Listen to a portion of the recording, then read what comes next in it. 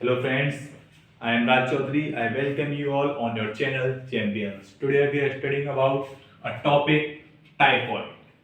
और typhoid is bacterial disease. जी हाँ, ये डिजीज बैक्टीरिया द्वारा फैलाई जाती है, जैसे टीबी बैक्टीरिया द्वारा फैलाई जाती है, कोरोना वायरस।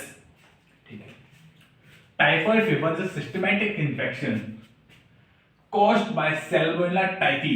ये उस बैक्टीरिया का नाम है जो बैक्टीरिया टाइफाइड कॉज करता है, usually through injection of contaminated food and water. किससे होता है?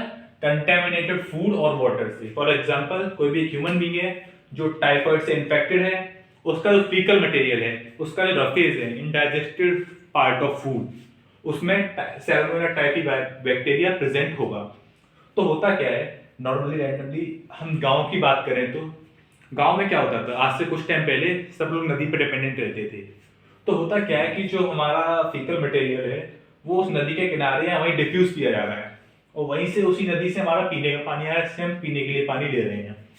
तो यदि वो पीने वाला पानी जो हम ले रहे हैं, जो हमारे पास पीने का पानी आ रहा है, वो फीकल इन्फेक्टेड फीकल मटेरियल से कंटेमिनेटेड हो जाए तो इसमें भी सैल्मोनेला टाइफी के बैक्टीरिया आ जाएंगे और इसे कोई ड्रिंक कर ले तो उसकी बॉडी में भी ये बैक्टीरिया इंजेक्ट हो जाएगा और वो भी सेम डिजीज से सफर करेगा।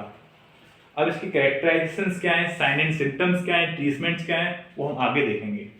अब चलते हैं कैरेक्टराइजेशन, साइन एंड सिम्टम्स की तरफ। प्रोलॉन्ग फीवर, लंबे समय के लिए बुखार रहना, 104 डिग्री फ़ारेनहाइट टेम्परेचर या 40 डिग्री सेल्सियस, काफी हाई टेम्परेचर रहता है।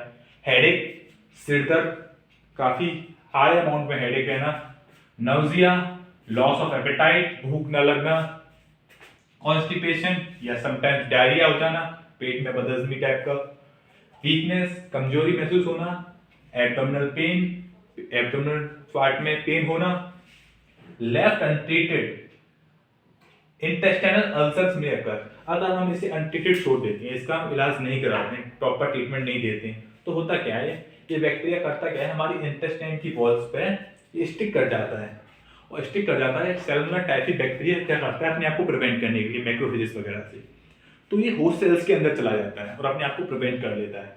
तो वहां रहकर ये जो हमारे इंटेस्टाइन की वॉल्स होती हैं, फॉर एग्जाम्पल ये हमारा इंटेस्टाइन है, यहाँ पे हमने अनट्रीटेड छोड़ दिया तो ये अल्सर्स पैदा कर देगा, यहाँ अल्सर्स बना देगा, जिससे कि डेफिकेशन के टाइम रफेज में क्या आएगा, ब्लड के स्पॉट्स पाए जाएंगे।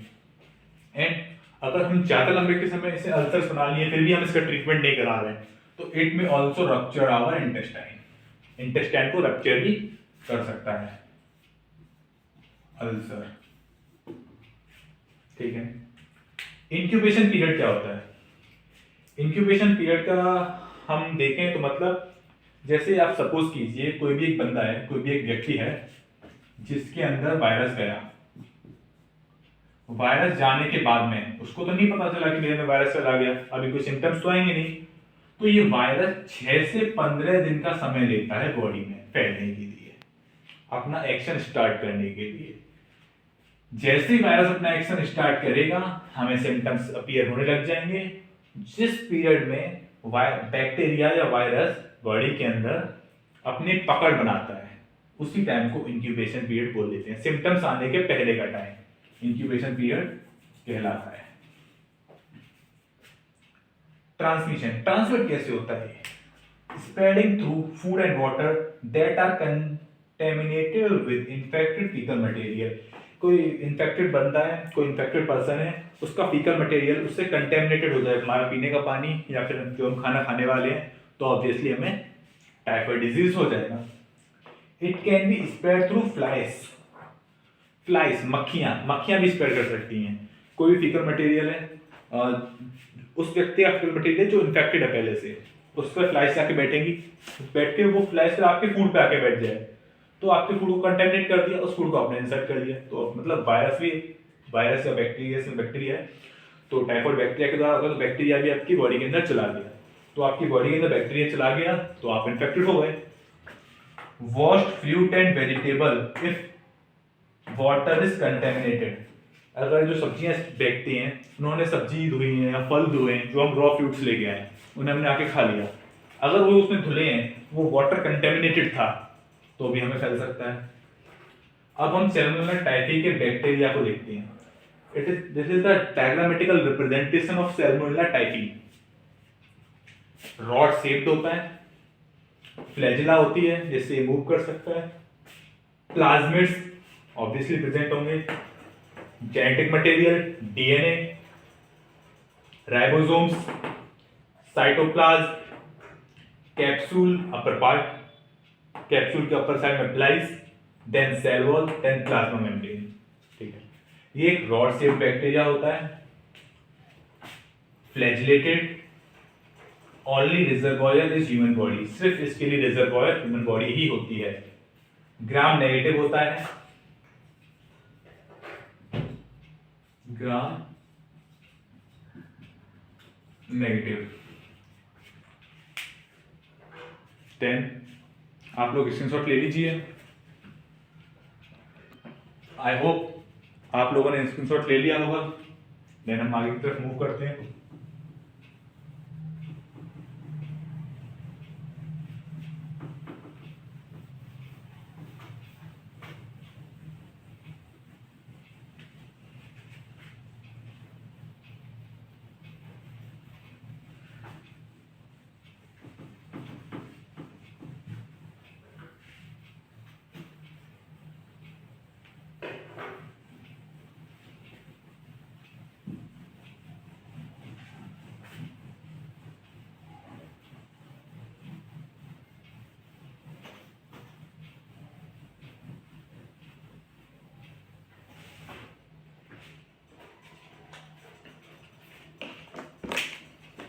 हम अब देखते हैं ट्रीटमेंट कि टाइफाइड के क्या ट्रीटमेंट्स हैं।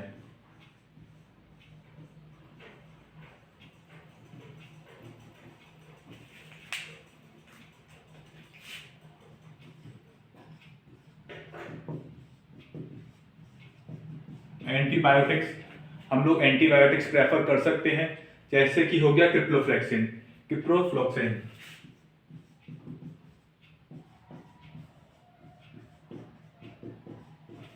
क्रिप्रोफ्लैक्सिन ठीक है।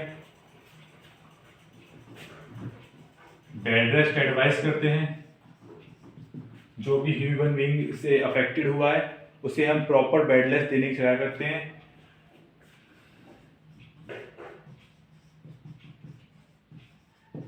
Antipyretic drugs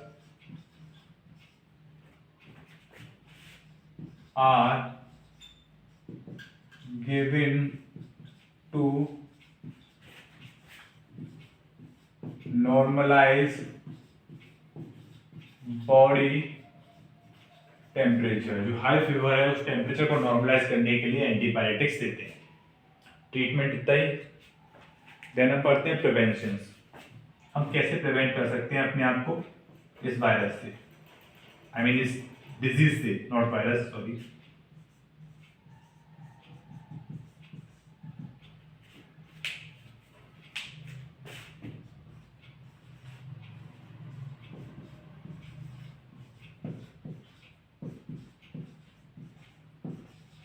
wash your hands, खाने से पहले, खाने के बाद में, किसी भी काम करने से पहले हाथ धुलिए।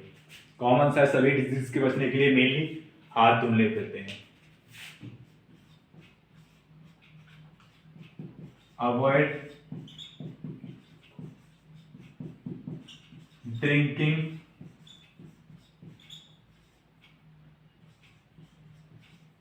Untreated water. अनट्रीटेड वाटर्स को पीने से बचें, जिसे प्योरीफाई नहीं किया गया या उबाल के नहीं पिया गया, उबाला नहीं गया, उस पानी को पीने से बचें। Avoid raw fruits oblique, we can say food. कच्चा खाना खाने से बचें। Marker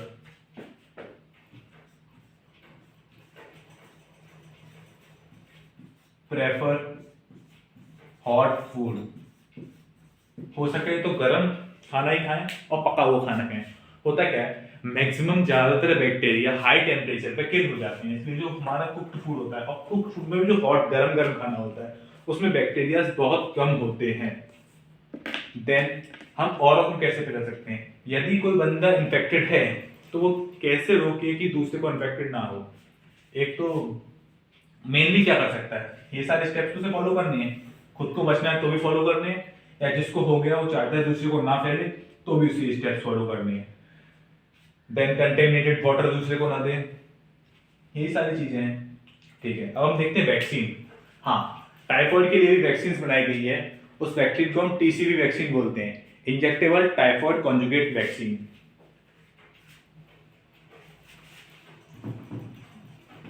VACC।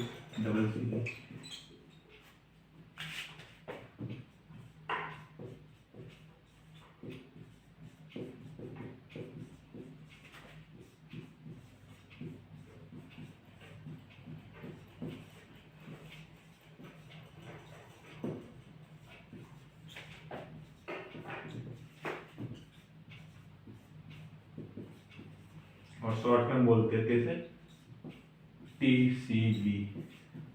ये वैक्सीन है जो दी जाती है यदि किसी को लग रहा है कि वो इन्फेक्ट हो सकता है, या विलेजेस में जो रहते हैं जिनके सीवर लाइंस और वाटर लाइंस आसपास रहती हैं, तो वो वैक्सीन लगवा देते हैं, इंजेक्टेबल टाइफॉइड कॉन्जुगेट वैक्सीन, जिससे वो अपने आप को प्रिवेंट कर सकें।